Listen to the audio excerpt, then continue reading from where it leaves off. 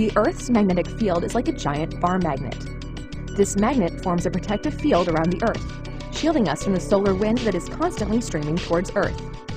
This shield is called the magnetosphere. The solar wind is primarily composed of protons and electrons, charged particles streaming out from the sun. Some of those particles have very high energies, radiation energies, and they can damage astronauts and spacecraft. We are shielded by our Earth's magnetic field most of the time. However, a small fraction of the solar wind particles get into the Earth's magnetic field, are energized, and become the Earth's radiation belts, which can damage spacecraft and harm astronauts. But the sun has a magnetic field of its own as well, which the solar wind carries outwards towards Earth.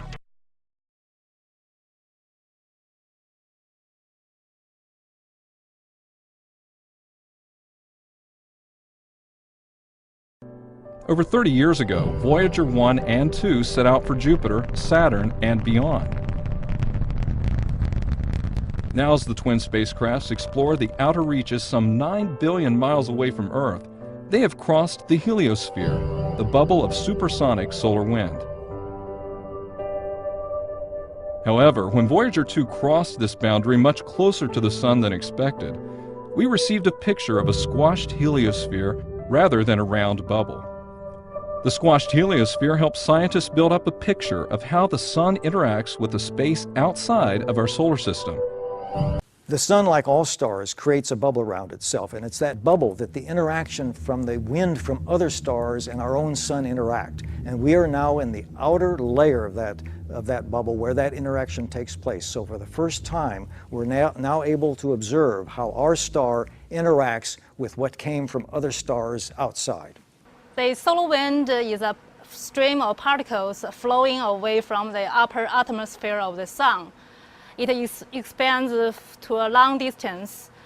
The solar wind expands against the interstellar medium, creates a cavity that holds our solar system. This cavity is called the heliosphere. The solar wind plasma and the interstellar plasma are coming and colliding with one another, basically. And they're producing this very complicated boundary layer of the inner heliosheath and the outer heliosheath, and the termination shock between them.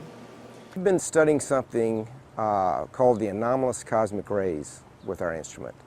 These anomalous cosmic rays come from deep in our galaxy and have no electrical charge. Somehow, at the heliosphere's termination shock, they've been accelerated to a high energy.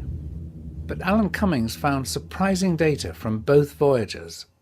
There would be more particles at low energy and fewer at high energy, and it'd be a certain way that should look, and that didn't happen, and we were really astounded. It didn't happen in Voyager 1, and so some theories were put forward. Well, maybe there was a transient from the Sun just at the right time that caused those particles to kind of be disrupted in their acceleration. We didn't see them. If it had been a quiet period, we would have seen what we expected to see. So we said, okay, well, we'll have another chance with Voyager 2. So, Voyager 2 went through the shock, same thing. We didn't see what we expected to see at all. And so the origin, the source, where these particles are accelerated is a big mystery, and one of the big mysteries of the termination shock crossings. One of the interesting surprises from the Voyager solar wind instrument was that we expected all of that energy from the million-mile-per-hour wind, when it abruptly stopped or slowed down, to heat the wind itself to 1,000,000 degrees. What we found instead, the wind was only 100,000 degrees after it had slowed down. Most of the energy, 80% of the energy, went somewhere else.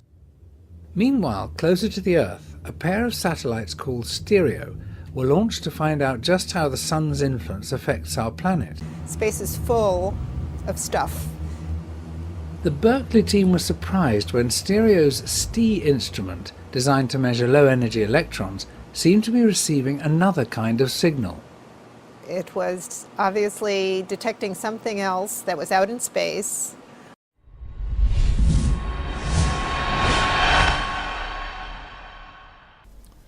We learned that space is empty, a big void of absolute nothing. Even to this day, that is taught in our schools and still believed by many educated people.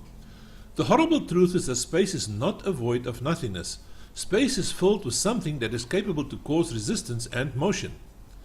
The worst of it all is that we do not know what it is. Oh yes, we do realize space is full of all sorts of particles like electrons, neutrons, protons, and then we say there is black energy and black matter. On this stage, I'm only going to make this statement.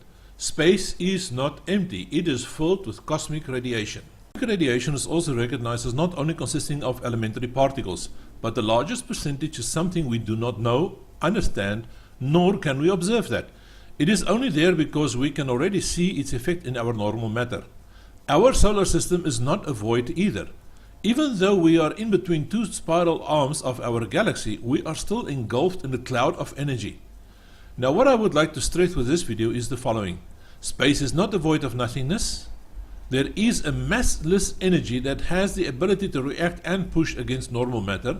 There is a potential of this energy to transverse at greater speed than light. Lastly, it is my belief that our demise will not be from here. It will be coming from far outer space. In essence, this is what have a direct effect on our Earth and also on our Sun, which will then affect the Earth even more. This event has already taken place, but it is so far from us that we did not even see the light of it yet.